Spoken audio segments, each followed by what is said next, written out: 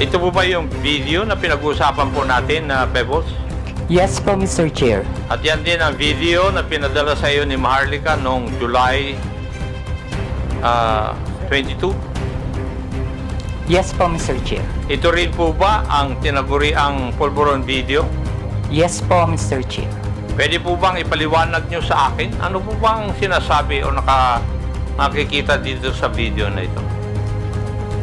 Naggumagamit po ang presidente ng droga. Okay. Ito na nga, Romeo Acop naghanap ng kakampi para masira ng mga Duterte. Pulveron video ni BBM, kalat na. Pero bago ang lahat, maaari kayong mag-subscribe para maging updated sa mga issue at bagong mga balita.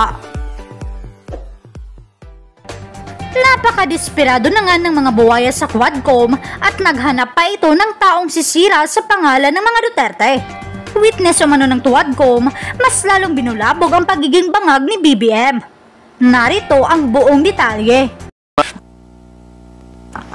Thank you, Mr. Chair. May I know if Mr. Vicente Bencalo Cunanan is present this afternoon? Yes, she just took her oath. Would he be the same as Miss Pebbles Cunanan? Yes Same. po. Your Honor, Yes. Thank you. I have here a sinumpaang salaysay. Paige, could you please present it to her?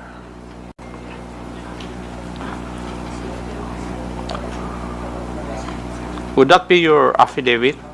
Subscribed and sworn to? Pakitignan yung dokumento na binigay po sa inyo. Yung po ba ay affidavit po ninyo? At pirma nyo po ba yun na andyan? Mr. Chair, yes po. Thank you. Paige, pwede bang?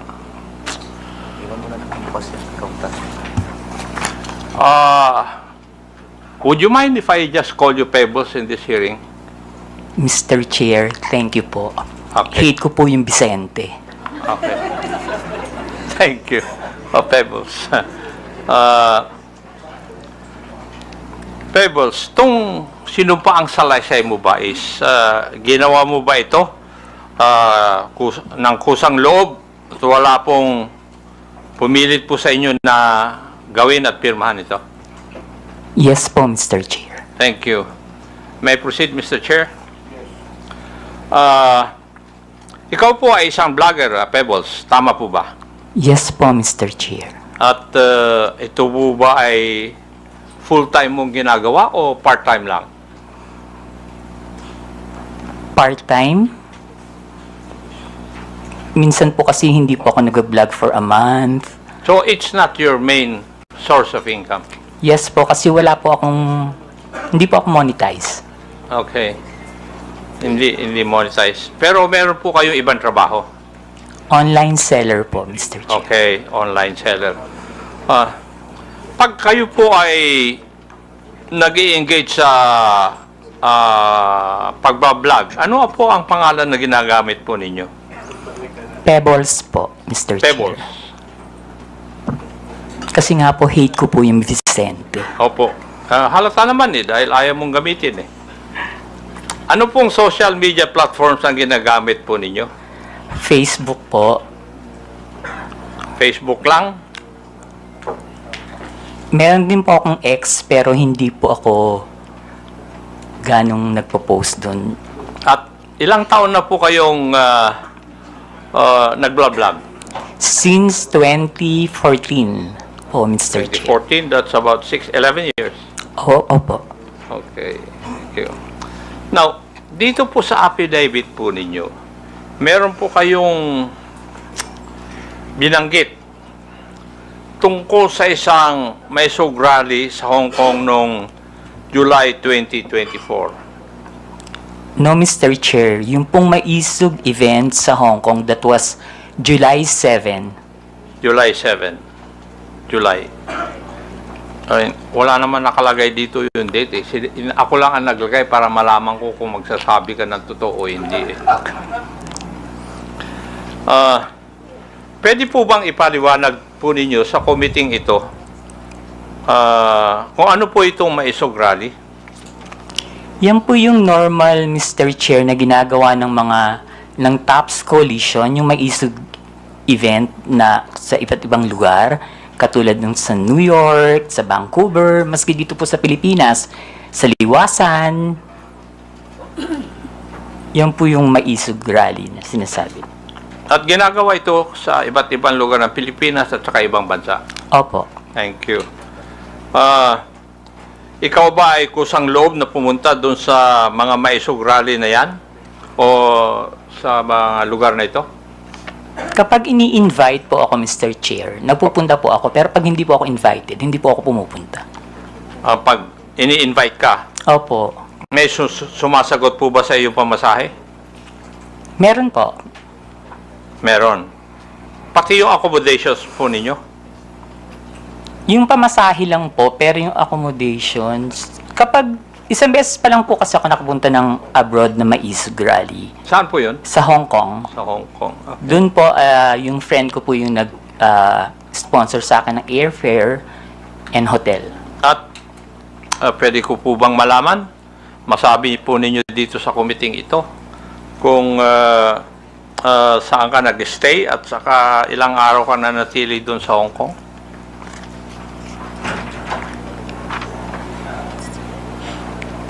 July 7 po, ginawa yung event. July 6, 7, and 8 po. July 6, 7, and 8 po ako nag-stay. Pero yung pangalan po ng hotel, nakalimutan ko na po. Okay, thank you. Bakit po kayo naimbita sa private dinner na sinasabi mo na naganap noong July 7, 2024? Hindi po, Mr. Chair. After po ng event, meron pong dinner Naimbita po ng kayo? lahat ng naging speaker dun sa event. So, naging speaker kayo doon? Yes po. Okay. Pwede po bang sabihin nyo sa committee ito? Sino ang nag-imbita po sa inyo sa event na ito? Actually, Mr. Chair, nung pagtapos ng event, tapos nakatayo na po lahat ng mga tao, nagpapapicture yung mga umattend, yung mga followers. Ang nagsabi po sa akin na merong dinner after is si Attorney Harry. Si Attorney? Harry Roque. Si Harry Roque. Siya rin ba nag-imbita na lumahok ka doon? Hindi po, yung pong organizer ng Maizog Hong Kong. Yung nag-organizer ng Hong Kong Maisog Rally. Sa tingin mo, ano po ang dahilan bakit kayo inimbita doon?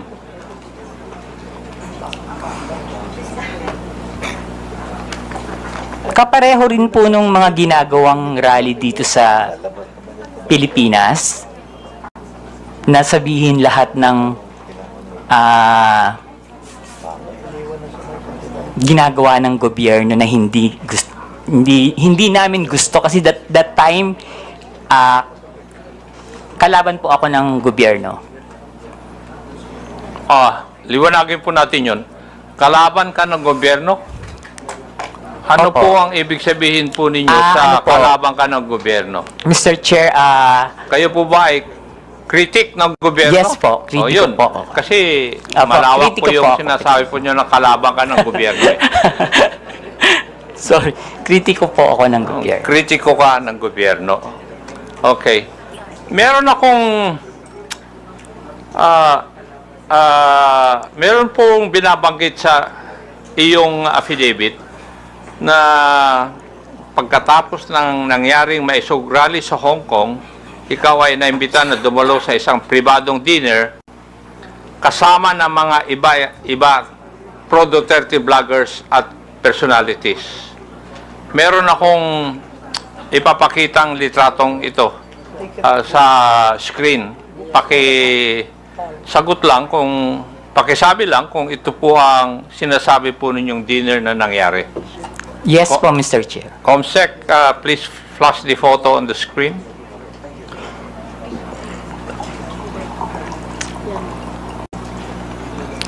Yes po, Mr. Chair. Yan po yung dinner. Yan? Yes po, Mr. Chair. Try ko po lahat. Yung kakilala ko lang po, ha. Opo. Yung pong nakaupo from left side is si Tio Moreno. Yung nakatayo po na Tio Moreno, yung nakaupo dito sa kaliwa? Dito po. Naka-black? Hindi po yung naka-brown. Naka-t-shirt? Yes po. Ay, ipag doon po kasi ako tumingin. Oh, kasi nasa left sa photo, yes. Okay. And yung nakatayo po na white is si Miss Sas Rogando Sasot. Okay. Ako po yung kasunod. Sumunod po si Miss Joey. Next si Sec Trixie, si Attorney Vic. And then yung nakaupo pong green is si Prof. Ana. Uy. Okay. Yung naka-red, hindi ko po kilala. Yung katabi po ng naka-red, si Attorney Harry Roque. Yung nakatayo pong naka-black, si Daniel Long. Yung naka-green na nakatayo, hindi ko po kilala. Yung katabi ng naka-green, si Pam. Yung katabi ni Pam, hindi ko po kilala. And then yung pong nakaupo sa right, si Mr. Abines. Yung katabi ni Mr. Abines, hindi ko po kilala. Then si Attorney Glenn Chong and si Doc Badoy. Okay. Alam mo ba, Pebbles, kung sino ang nagbayad sa dinner na yan? Ang pagkakaalam ko po si Attorney Harry. Attorney Harry Roque. Okay. Punta na tayo dun sa laman ng iyong affidavit. Sinabi mo sa iyong affidavit, Pebbles, na pinag-uusapan sa dinner na yun na may larawan o picture si Attorney Harry Roque na di umano nagpapakita na gumagamit ng cocaine si PBBM. Sigurado ka ba dyan? Sinabi mo sa affidavit mo na ito? Late po kasi akong dumating, Mr. Chair. So, mga 1 hour na silang nandun sa restaurant, nag-uusap. Bago po kami dumating ni Attorney Vic and ni Pam. So, mini-message na po nila ako na nasa na daw po ako, marami ng chikahan. So, pagdating ko po, yun po yung topic about the Pulveron video. Okay. Sinabi mo rin sa iyong affidavit, Pebbles, na walang pinakitang picture si Attorney Harry Roque doon sa pinag-uusapan po ninyo. Pero base po sa iyong obserbasyon, mukha bang yung ibang mga kasamaan mo ay alam na ito o first time din nilang narinig ang tungkol sa larawan na yan? In fairness naman po dun sa mga kasama ko, hindi po nila alam. Wala po kaming alam lahat. Okay, thank you. Dito rin sa affidavit po ninyo, pinag-usapan din ninyo sa oras po na yon sa dinner kung paano i-release yung sinasabing picture na hawak ni Attorney Roque. Tama Yes, po ba? Yes po, Mr. Chair. At napagkaisahan na mas maigi na yung photo na yon ay pa-release sa isang foreign influencer para mas kapani-paniwala. Mr. Chair, hindi naman po na pagkaisahan, pero nagbibigay po sila ng mga opinion na dapat siguro sa international blogger dapat na maglabas, or yung Australian reporter na nag-interview kay PBBM, pero hindi po siya napagkaisahan. Kumbaga nagbibigay lang po sila ng mga opinion. Okay, thank you. Pebbles, kung totoo man ang picture, bakit kailangan pa maghanap ng foreign influencer to release the picture? Bakit kailangan bigyan ng some semblance of credibility ang pag-release nito? Siguro po, Mr. Chair, para mapanood agad international. Bakit kailangan ng semblance of credibility? Dahil hindi tunay yung litrato or yung photo? Bakit kailangan ng grupo po ninyo na magkaroon ng semblance of credibility yung litrato o yung photo na yun?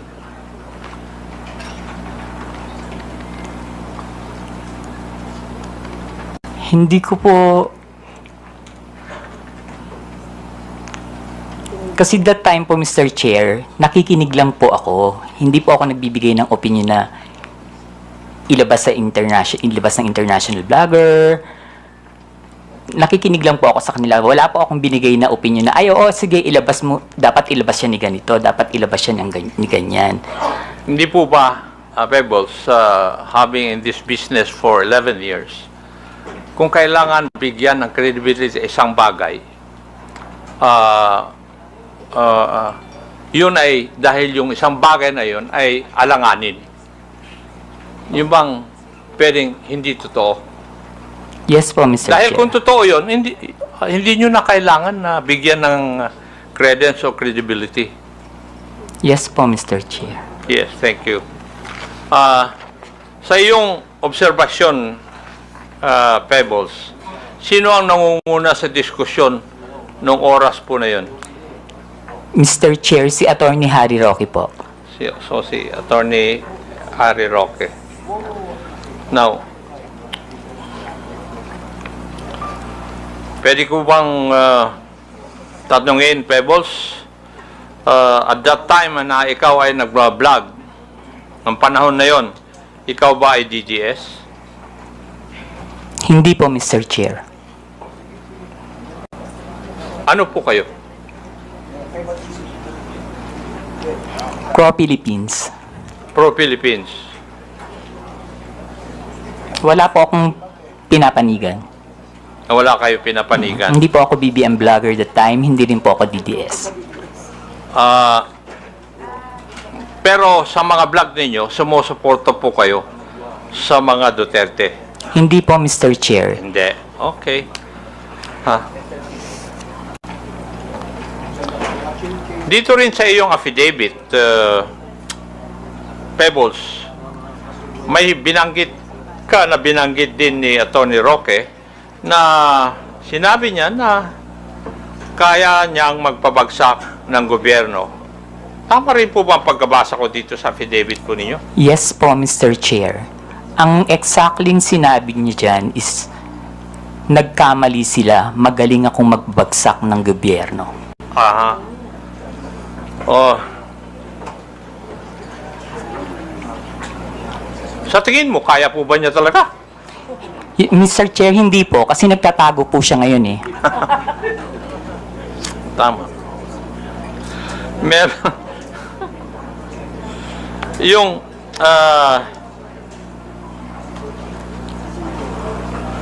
Yung, sa iyong interpretasyon, Pebbles, nung gabi na yon, kung ano man ang pinag-usapan nyo doon, specifically yung supposed photo na gumamit ng cocaine si PBM ay parte ng plano na pabagsakin ng gobyerno ayon kay Harry Roque? Sa palagay ko po, Mr. Chair, parte po yun ang plano ng gusto nilang pabagsakin ng presidente. Okay. Meron po bang ibang pinag-usapan pa nung gabi ngayon? Wala na po, Mr. Chair. Wala na. Okay. Now, meron ka rin binanggit dito sa iyong affidavit, yung may sug rally sa Vancouver, Canada. Dito po yata, inirelease officially, yung photo na pinag-usapan ninyo doon sa Hong Kong may sug rally. Yes po, Mr. Chair.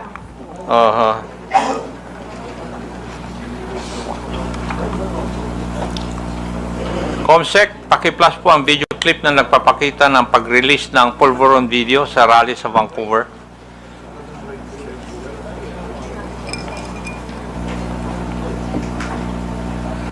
Yan ba'y epekto ng pulburon? Kailangan sumagot siya ng tama, lalong-lalo na na mukhang mailalabas na ang pulburon video. Thank you. Pebbles, nandun ka ba sa rally sa Vancouver? Wala po, Mr. Chair. Paano mo, kung wala ka po doon, paano mo nalaman ito? Naka-live po yan, Mr. Chair. Aha. Nag-live po sila dyan. May nag-abiso sa'yo na magla-live sila? Wala po, Mr. Chair. Pero kasi, pag binuksan niyo po yung social media, yung Facebook, yan po yung trending. Yun ang trending.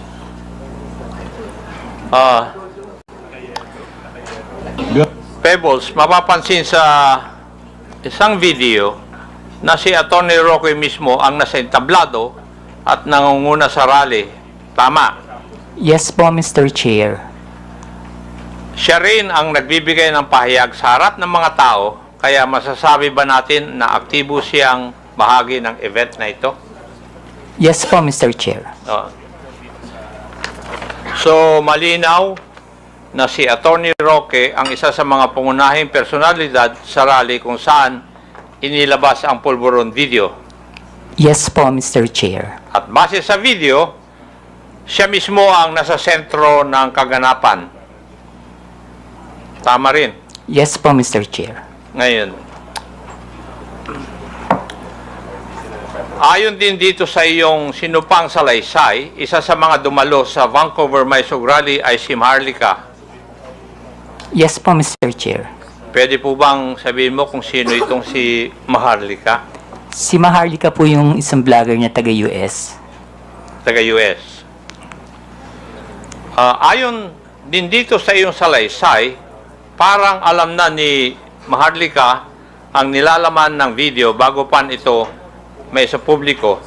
Bakit po ninyo nasabi ito? Paulit po, Mr. Chair. Ayon dito sa iyong salaysay din, parang alam ni Maharlika ang nilalaman ng video bago pa man ito may sa publiko. Yes po, Mr. Chair. Ano po ang basehan ninyo? Kasi noon pa po niya sinasabi na may video. Okay. Ayon sa iyong affidavit, sinabi mong nagpadala sa iyo ng mensahe si Maharlika bago pa man lumabas sa video na tinaguri ang pulburon video. Tama rin po ba? Yes po, Mr. Chair. Ano po yung nilalaman ng mensahe sa iyo? Na may video po at naka-green na damit si PBBM. Okay. At sinabi mo rin sa iyong affidavit, hinikayat ka ni Maharlika, nasakyan mo ang ilalabas na video. Ano po ang ibig sabihin nito sa iyong konteksto? Ang sabi niya po is, sakyan ko na lang. Kasi po, ang sinasabi ko po sa kanya is, nakakainis kayo, bakit kayo may kopya? Kami wala. So, bakit naman kaya sinabihan ka ni Maharlika tungkol sa video bago pa man lang ipalabas to?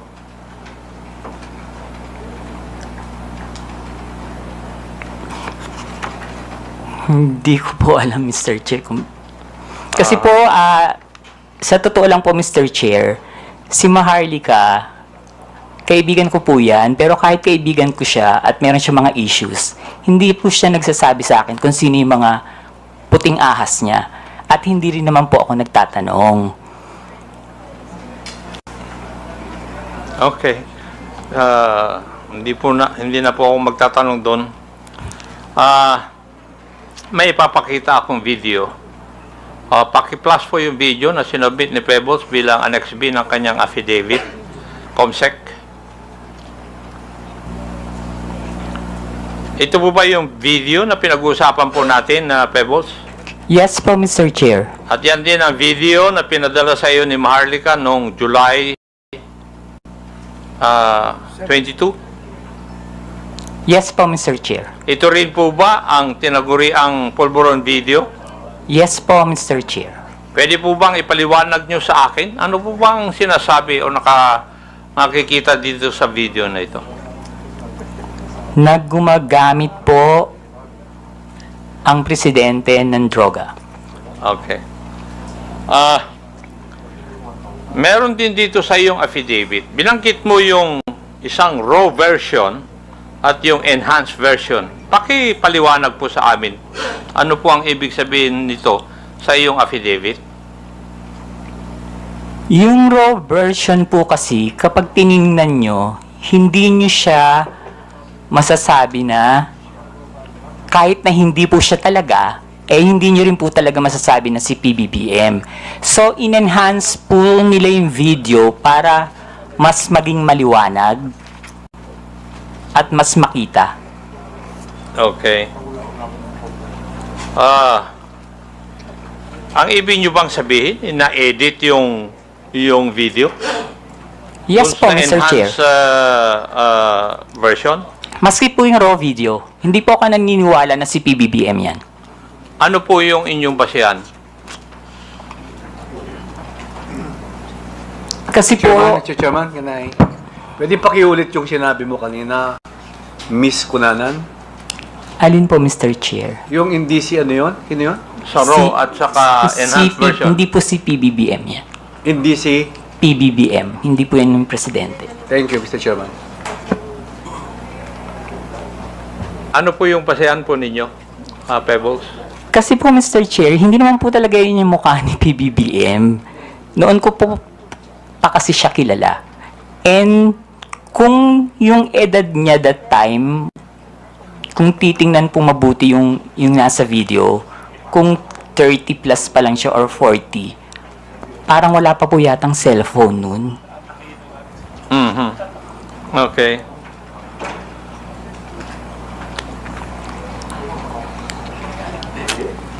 So, sa tingin mo, Pebbles, merong sinadyang alteration sa video upang manipulahin at ang itsura ng taong nasa eksena. Yes po, Mr. Chair. Yun. Ibig sabihin, lumalabas na planado ang pagpapakalat ng video para makapanira kay PBBM. Tama po. Yes po, Mr. Chair. At ayon sa iyo, si Harry Roque ang may pakanan dito. Yes po, Mr. Chair. Pero hindi lamang si Atty. Roque ang high official na nasa meeting na yon. Tama po ba? Yung sa Hong Kong po, Mr. Chair. Yes. Politician po ba? Picture siguro. Yes po, Mr. Chair. Yes. Okay. Huling katanungan, Pebbles. At sana masagot mo ito. Bakit ka nagsasalita ngayon at bakit ka pumirma ng isang affidavit? Para itama po ang mali. Para itama. Okay. Thank you, Mr. Chair. I would just like to manifest that yung Polvoron video, according to the Philippine National Police Cybercrime Office and National Bureau of Investigation,